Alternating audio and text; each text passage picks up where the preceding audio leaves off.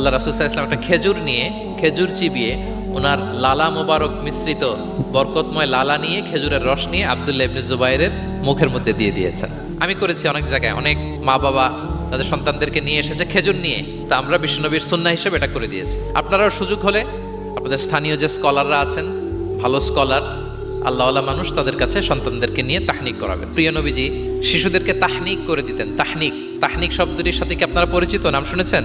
তাহনিক হচ্ছে কোনো স্কলারের কাছে দোয়ার জন্য নবজাতক শিশুকে নিয়ে যাওয়া।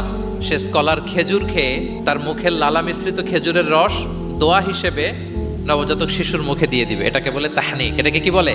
আমি করেছি অনেক জায়গায়, অনেক মা বাবা তাদের সন্তানদেরকে নিয়ে এসেছে খেজুর নিয়ে, তা আমরা বিশ্বনবীর সুন্নাহ হিসেবে এটা করে দিয়েছি। আল্লাহ রাসূল সাল্লাল্লাহু আলাইহি সাল্লামের কাছে তাহনিক করতে সাহাবারা আসতো, তিনি শিশুদেরকে পরম মমতায় তাহনিক করে দিতেন। মদিনাতে যখন সাহাবারা আসলো, তাদের কারো ঘরে কোনো সন্তান